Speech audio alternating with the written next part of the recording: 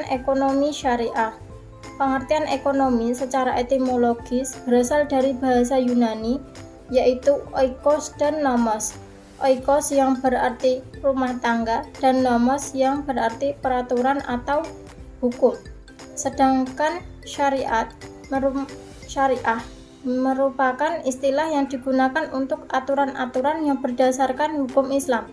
Sedangkan pengertian dari ekonomi syariah merupakan pembahasan kaitan antara aturan-aturan aktivitas pemenuhi kebutuhan manusia dengan aturan yang bersumber dari wahyu ilahi.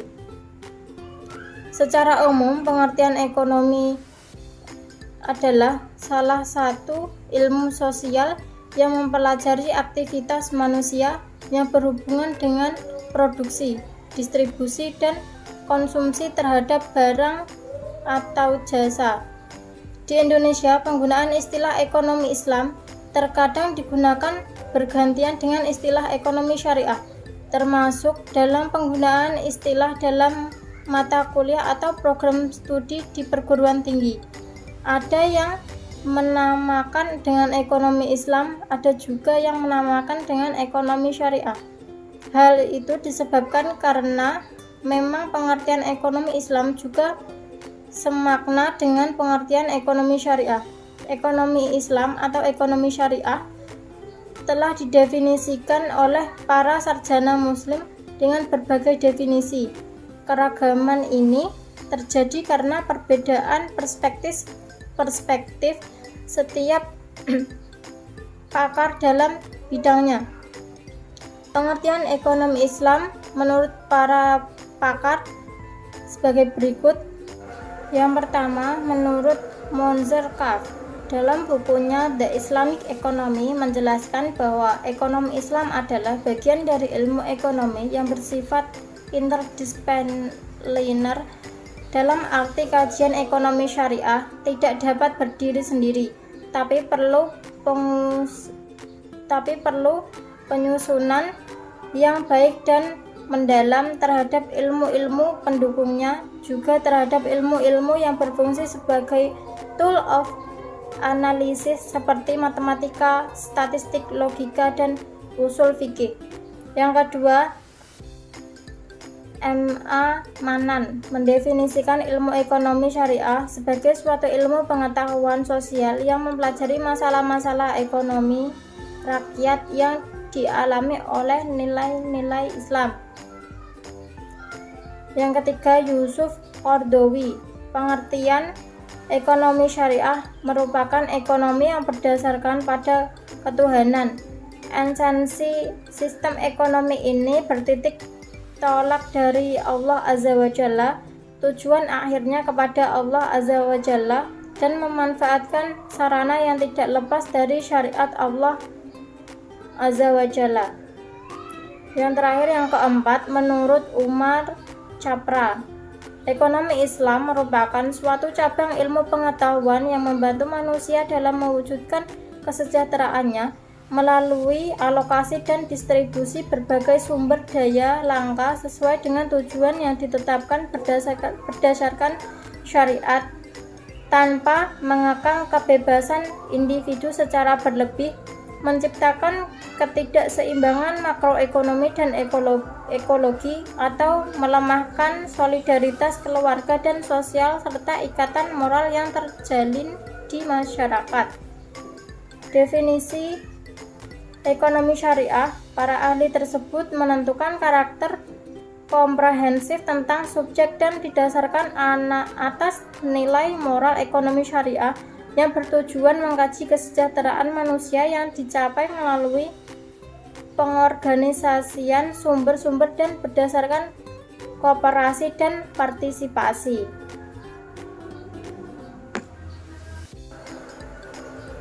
Selanjutnya, tujuan ekonomi Islam. Tujuan ekonomi Islam adalah masalahah atau kemaslahatan bagi umat manusia, yaitu dengan mengusahakan segala aktivitas demi tercapainya hal-hal yang berkaitan pada adanya kemaslahatan bagi manusia. atau dengan mengusahakan aktivitas yang secara langsung dapat merealisasikan kemaslahatan itu sendiri. Aktivitas lainnya demi menggapai kemaslahatan adalah dengan menghindarkan diri dari segala hal yang membawa mafsadah atau kerusakan bagi manusia. Menjaga kemaslahatan bisa dengan cara minhasu al-wujud dan minhasu al-adam. Menjaga kemaslahatan dengan cara minhasu al-wujud dengan cara mengusahakan segala bentuk aktivitas dan ekonomi yang bisa membawa kemaslahatan.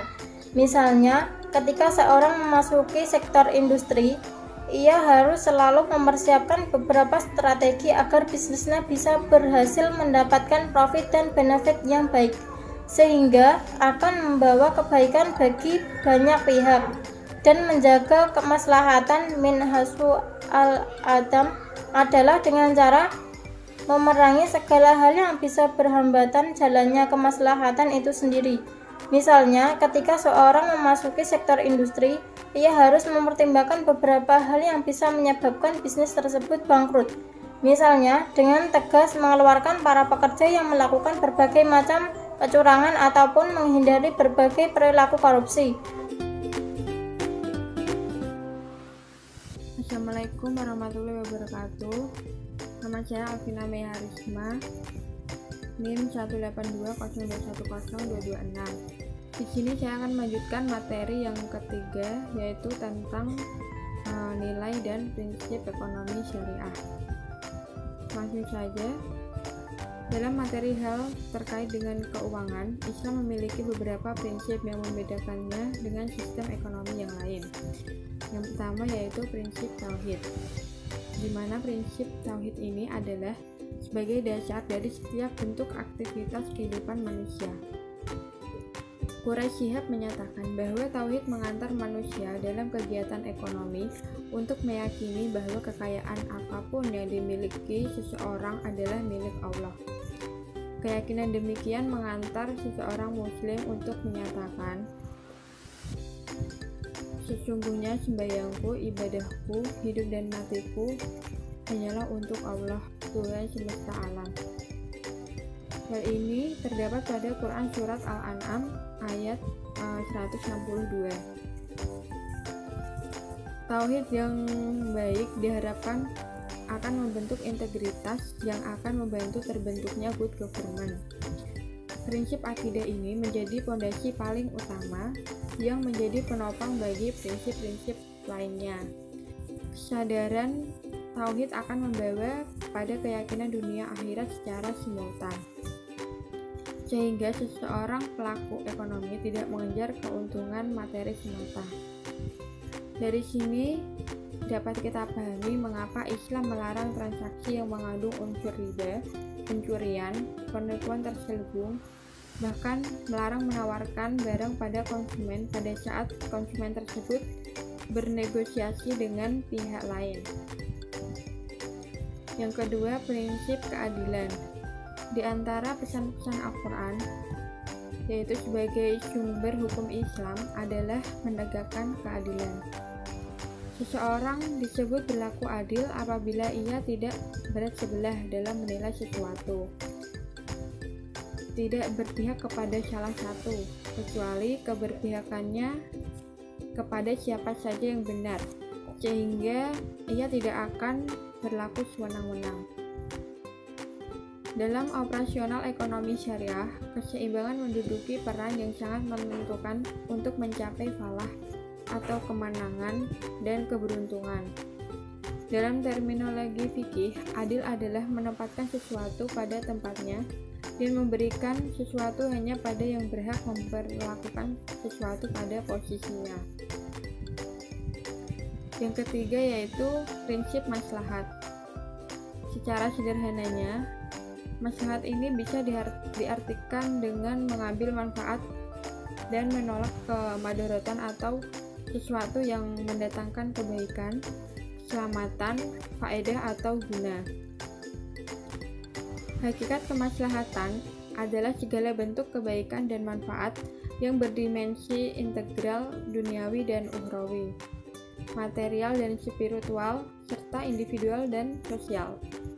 Aktivitas ekonomi ini dipandang memenuhi maslahat jika memenuhi dua unsur, yaitu ketaatan atau halal dan bermanfaat serta membawa kebaikan atau thayyib bagi semua aspek secara integral. Dengan demikian, aktivitas ekonomi tersebut dipastikan tidak akan menimbulkan mudarat. Demikian yang dapat saya sampaikan. Selanjutnya akan dilanjutkan oleh pemateri selanjutnya. Terima kasih. Wassalamualaikum warahmatullahi wabarakatuh.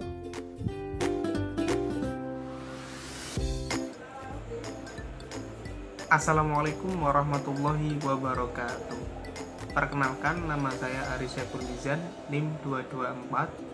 Di sini saya akan melanjutkan presentasi dari presentator sebelumnya, di mana presentator sebelumnya telah membahas tentang prinsip-prinsip ekonomi syariah dari sisi prinsip ketauhidan, prinsip keadilan, serta prinsip kemaslahatan. Di sini saya akan melanjutkan ke dalam prinsip yang selanjutnya, yaitu nomor 4, di mana di situ terdapat prinsip ta'awun ataupun prinsip tolong-menolong. Di mana ideologi manusia terkait dengan kekayaan yang disimbolkan dengan uang terdiri dari dua kutub ekstrim, yaitu materialisme dan spiritualisme. Materialisme sangat mengagung-agungkan uang, tidak memperhitungkan adanya Tuhan, dan menjadikan uang sebagai tujuan hidup sekaligus mempertuhankannya. Kutub lain adalah dari sisi spiritualisme, ataupun di situ biasanya itu dalam agama Hindu, Buddha, Kristen itu adalah menolak kelimpahan uang ataupun kesenangan dan harta secara mutlak. Sementara Islam berdasarkan beberapa dalil terkait uang dan yang sama dengannya menunjukkan bahwasanya Islam berada di jalan tengah antara dua kutub di atas, yaitu materialisme dan spiritualisme. Firman Allah dalam surat Al-Qisas ayat 77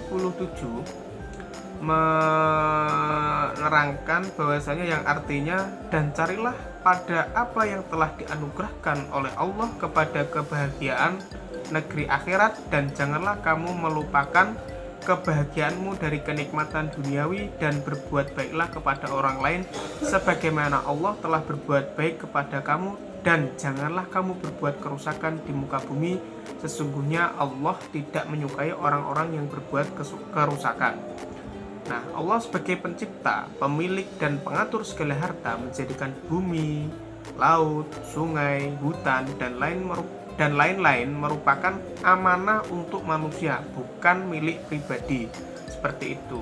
Di samping itu juga di dalam Al-Quran juga mengakui adanya kepemilikan pribadi. Dengan demikian, ada sintetis antara kepentingan individu dan masyarakat. Hal ini berbeda sekali dengan sistem ekonomi komunis dan kapitalis yang lebih mementingkan duniawi. Selain itu, terdapat hal-hal yang lazim dalam ekonomi Islam seperti sedekah, infak, zakat, baik yang dianjurkan ataupun yang diharuskan. Seperti halnya sedekah, pada dasarnya merupakan sebuah sistem yang berfungsi untuk menjamin distribusi pendapatan dan kekayaan masyarakat secara lebih baik.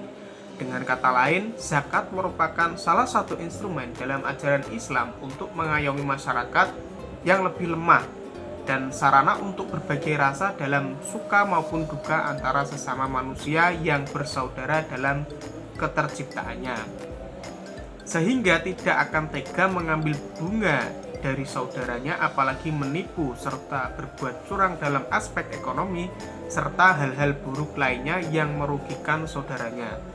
Ekonomi Islam memandang bahwa uang harus berfungsi hanya sebagai alat tukar untuk memenuhi kebutuhan hidup saja, dan berharap mendapatkan ridha Allah secara individual maupun komunal. Di samping itu, uang juga berfungsi untuk cobaan dari Allah, apakah seseorang itu bersyukur ataupun kufur.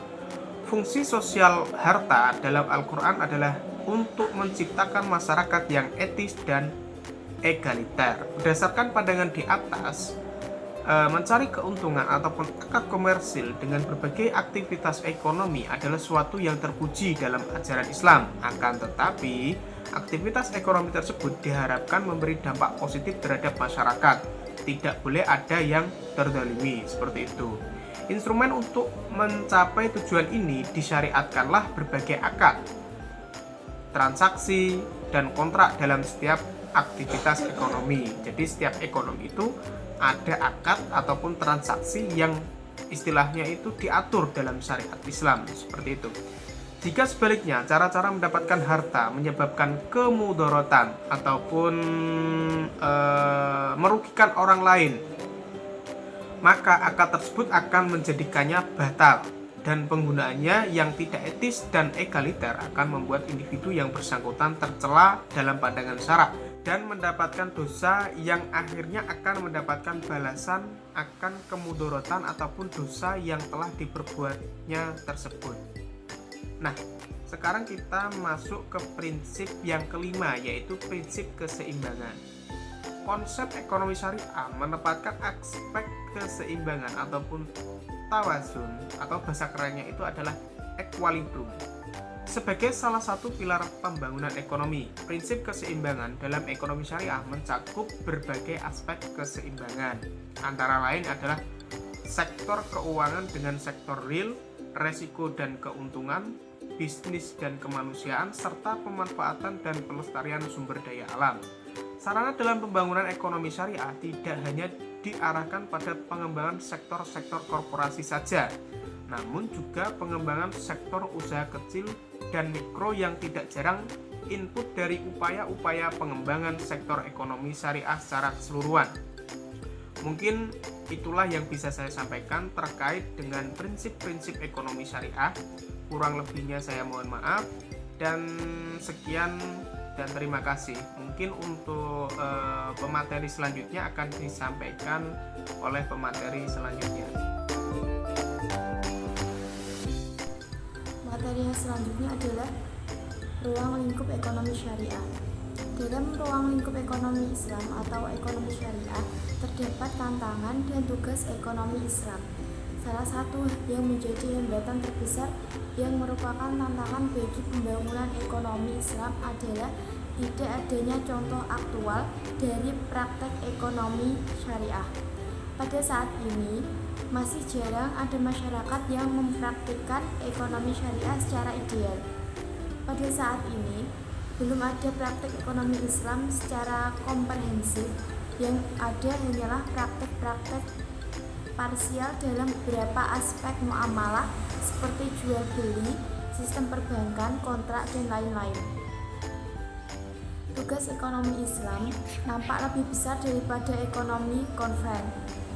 Tugas yang pertama dalam ekonomi syariah adalah mempelajari perilaku aktual dari individu maupun kelompok, perusahaan, pasar, pemerintah, dan para pelaku ekonomi lainnya.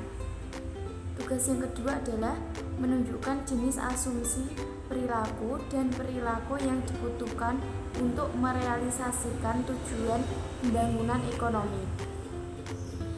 Karena nilai-nilai moral berorientasi kepada tujuan, maka ekonomi syariah perlu mempertimbangkan nilai-nilai dan lembaga Islam yang kemudian secara ilmiah bisa dianalisis dampaknya terhadap pencapaian tujuan tersebut. Tugas yang ketiga adalah karena perbedaan antara perilaku aktual dan ideal, maka ekonomi syariah harus menjelaskan mengapa para pelaku ekonomi tidak bertindak menurut jalan yang seharusnya. Tugas yang keempat, karena tujuan utama pencarian ilmu adalah membantu meningkatkan kesejahteraan manusia, maka ekonomi syariah harus menganjurkan cara yang bagaimana sehingga dapat membawa perilaku seluruh para pelaku ekonomi yang mempengaruhi alokasi dan distribusi sumber daya ekonomi sedekat mungkin dengan tatanan yang ideal. Selain itu, komprehensif ruang lingkup ekonomi syariah adalah bermuamalah. Dalam bermuamalah harus ada nilai-nilai universal yang terkandung antara lain nilai tauhid atau keesaan Tuhan, adil atau keadilan, nubuah atau kenabian, khilafah atau pemerintahan, dan ma'ad atau hasil. Muamalah sendiri adalah aturan-aturan Allah yang wajib ditaati, yang mengatur hubungan manusia dengan manusia dalam kaitan dengan cara memperoleh dan mengembangkan harta benda. Secara umum, ruang lingkup ekonomi syariah adalah meliputi aspek ekonomi antara lain syirkah dan mudharabah, kerjasama, murabahah atau jual beli, khiyar, istisna dan salam atau pemesan barang, ijarah, sewa menyewa, kafalah, hawalah, dan lain-lain. Namun, dalam aspek kerjasama yang banyak dilakukan dalam praktek ekonomi syariah adalah bagi hasil, yaitu syirkah dan mudharabah. Nilai universal yang terkandung antara lain nilai tauhid atau keesaan Tuhan, adil atau keadilan, nubuah atau kenabian, khilafah atau pemerintahan, dan ma'ad atau hasil. Muamalah sendiri adalah aturan-aturan Allah yang wajib ditaati, yang mengatur hubungan manusia dengan manusia dalam kaitan dengan cara memperoleh dan mengembangkan harta benda. Secara umum, ruang lingkup ekonomi syariah adalah meliputi aspek ekonomi antara lain syirkah dan mudharabah, kerjasama, murabahah atau jual beli, khiyar, istisna dan salam atau pemesan barang, ijarah, sewa menyewa, kafalah, hawalah, dan lain-lain. Namun, dalam aspek kerjasama yang banyak dilakukan dalam praktek ekonomi syariah adalah bagi hasil, yaitu syirkah dan mudharabah. Akan melanjutkan dari pemateri sebelumnya. Praktek ekonomi syariah. Pengertian prinsip dan praktek ekonomi Islam adalah segala sesuatu yang berhubungan dengan prinsip dan aturan-aturan syariat Islam yang harus dipatuhi dalam praktek kegiatan ekonomi. Segala sesuatu yang berkaitan dengan proses transaksi tersebut diatur sedemikian rupa agar pelaksanaannya tidak melanggar peraturan Islam. Dalam prakteknya, prinsip dan praktek ekonomi Islam sangat mengandalkan yang namanya akad. Akad menjadi kunci dan fokus utama yang menentukan apakah transaksi tersebut sudah sesuai dengan syariat Islam atau belum. Pertama, muamalah. Muamalah adalah dalam fikih Islam berkaitan tukar-menukar barang atau sewa-menyewa yang memberi manfaat dengan cara ditempuhnya. Dalam melakukan transaksi ekonomi Islam melarang beberapa hal yang diantaranya sebagai berikut. Yang pertama, tidak boleh mempergunakan cara yang batil. Kedua, tidak boleh melakukan kegiatan riba. Yang ketiga, tidak boleh dengan cara zalim atau aniaya. Yang keempat, tidak boleh mempermainkan takaran, timbangan, kualitas, dan kehalalan. Yang kelima, tidak boleh dengan cara spekulasi atau bersudi. Yang keenam, tidak boleh melakukan transaksi jual beli barang haram. Macam-macam muamalah, yaitu yang jual beli adalah kesepakatan tukar-menukar benda untuk melakukan kegiatan tersebut selamanya. Syarat-syarat yang tidak diterapkan dalam Islam jual beli kan berikut. Penjual atau pembelinya haruslah balik, berakal sehat, dan hendak sendiri. Uang dan barangnya haruslah halal, suci, bermanfaat. Keadaan barang dapat diserah terimakan. Keadaan barang diketahui oleh penjual pembeli memilik sendiri. 3. Ijab qabul. Seperti pertanyaan penjual, saya jual barang ini dengan harga sekian. Pembeli menjawab, baiklah, saya beli. Selanjutnya, khiyar. Khiyar adalah bebas memutuskan antara meneruskan jual beli atau membatalkannya. Macam-macam khiyar antara lain, yang pertama khiyar majelis, khiyar syarat, yang ketiga khiyar aibi. Selanjutnya riba. Riba adalah bunga uang atau nilai lebih atas penukaran barang dalam syariat Islam, hukumnya haram. Macam-macam riba, antara lain yang pertama riba fadli, yang kedua riba qadhi, yang ketiga riba yadi, yang keempat riba nasiah. Selanjutnya utang piutang. Utang piutang adalah menyerahkan harta dan benda kepada seorang dengan catatan akan dikembalikan pada waktu kemudian. Selanjutnya sewa menyewa. Sewa menyewa dalam fikih Islam disebut ijarah, artinya imbalan yang harus diterima oleh seseorang atas jasa yang diberikan. Selanjutnya syirkah. Menurut istilah, syirkah adalah suatu akad yang dilakukan oleh dua belah pihak atau lebih yang bersepakat untuk melakukan suatu usaha dengan tujuan memperoleh keuntungan. Macam-macam syirkah dibagi menjadi beberapa macam, yaitu syirkah ain dan syirkah abadan dan syirkah wujud dan syirkah mufawadah. Selanjutnya mudharabah. Mudharabah adalah akad kerjasama atau usaha antara dua belah pihak, di mana pihak pertama menyediakan sebuah modal, pihak lainnya menjadi pengelola atau pengusaha. Macam-macam mudharabah. Yang pertama mudharabah mutlaqah, yang kedua mudharabah muqayyadah, musaqah, muzaroah, dan muqabarah. Musaqah adalah kerjasama antar pemilik kebun dan petani, di mana sang pemilik kebun yang menyerahkan kepada petani agar dipelihara dan dihasilkan panennya nanti akan dibagi dua menurut persentase yang ditentukan pada waktu akad. Muzaroah dan muqabarah.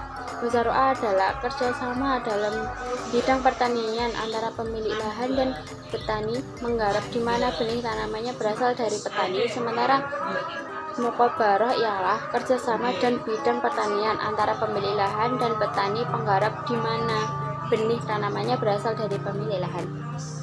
Dan terakhir perbankan. Bank adalah suatu lembaga keuangan yang bergerak dalam menghimpun dana masyarakat yang disalurkan dengan menggunakan sistem bunga. Bank dilihat dari segi penerapan bunga dapat dikelompokkan menjadi dua. Yang pertama bank konvensional, yang ketiga bank Islam. Bank konvensional ialah bank yang berfungsi utamanya untuk menghimpun dana disalurkan pada baik perorangan maupun badan usaha guna mengembangkan usahanya dan menggunakan sistem bunga. Bank Islam atau bank syariah ialah bank yang menjadikan operasinya menurut syariat Islam. Bank syariah menggunakan beberapa cara yang bersih dari riba, seperti mudharabah, musyarakah, wadiah, qardul hasan, dan murabahah.